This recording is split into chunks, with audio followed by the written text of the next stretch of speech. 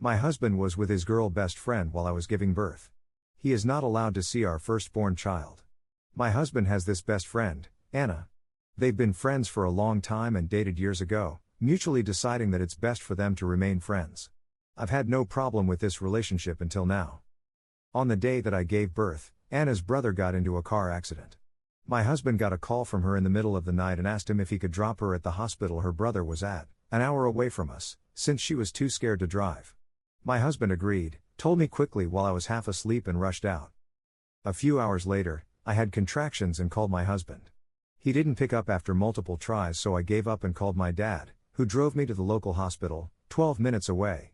I was so scared of giving birth alone since I've had about 3 miscarriages and 1 stillborn. My husband promised me that no matter what, he'd be there for me. Guess what? He wasn't.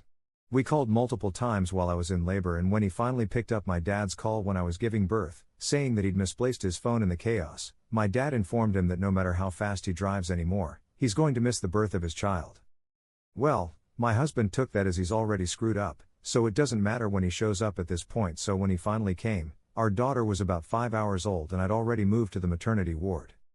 When he came, I refused to let him see our baby. Did let husband hold and play with baby after discharge, because I was so high on emotions and was shaking when I saw him and didn't want it negatively affect my time with the baby. I wanted her birth to be a happy time and I was already struggling to feed her. My husband was in a bad state and told me to please let him see her, so I told him to stand by the window and held the baby up so he could see her. I told him to then leave and he'll be allowed to interact with the baby at my father's home when we're both well and out of the hospital, and that I was most likely divorcing him. He started bawling and apologizing and defended himself by saying that Anna's brother was in serious critical condition and although he's fine, Anna needed him. Though Anna's parents were there, she's not that close with them and she was in an unbearable state. I told him that I didn't care and that his daughter has already come second to him and all she did was be born. I'm putting my daughters and my health first and won't let her be sidelined. My husband agreed and left. However, Anna called me later and said that I was being controlling and she'd never met someone as cruel as me for not letting a father see his baby. I told her that my husband made his decision and that this was his doing, not mine. But now, I can't help feel cruel in my actions and feel like I'm depriving my baby of both her parents being together. My husband sees her a few hours each day now. Ida? I feel like this is useful information and could explain why I was so mad. Anna's brother was not in a life/death situation. He had serious injuries, but most were concentrated on his legs and arm. He did have a concussion but gained consciousness soon. Anna was there along with both her parents who managed all the hospital stuff. My husband was there as an emotional support for Anna. I did let my husband see our baby, right after I got discharged. Husband saw baby, husband held baby, husband played with baby. I wanted a couple days of rest and bonding with the baby since my emotions were so high and I was afraid if my husband was a continuous presence, I'd get stressed and something bad would happen. I told him as such. They spend time together, but I'm still cold with him. I may still be the asshole, I don't know, but I'm still so mad at him and it's not the first time he put Anna before me. I can forgive the other time since I could handle it, but this time was the straw. I was so scared to hold my baby because I was paranoid the minute I touch her, something would happen to her and no one was there to comfort me. I only had my dad, but he wasn't in the delivery room, which is why I'm not too keen on forgiving my husband. Also, we both knew the baby was due any time now, so I don't understand why my husband didn't have his phone on him. We even tried reaching out to Anna and she didn't pick up either. After he learned I was giving birth, they already knew that Anna's brother was going to be alright. He spent that time making sure that Anna was okay and feeding her and then waiting for the brother to regain consciousness. He could have come back after seeing his daughter to talk with the brother. He would have made it back in time.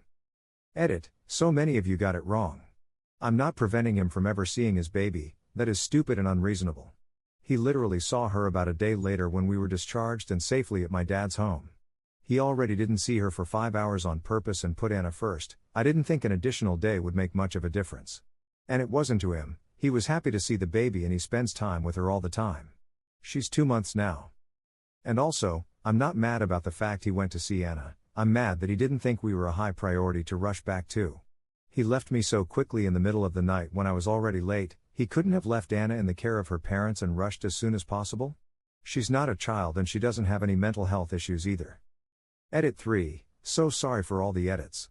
But someone just messaged me this: what if my baby was born a stillborn again? He had no way to know since he and I didn't have any contact after I gave birth. Thank the stars, my baby is healthy and well, but it was a possibility. Edit/update. Thank you everyone for your replies. I think that I was an asshole for using my child against him and should have told him that he could hold and then asked him to leave. So the divorce is probably going to happen.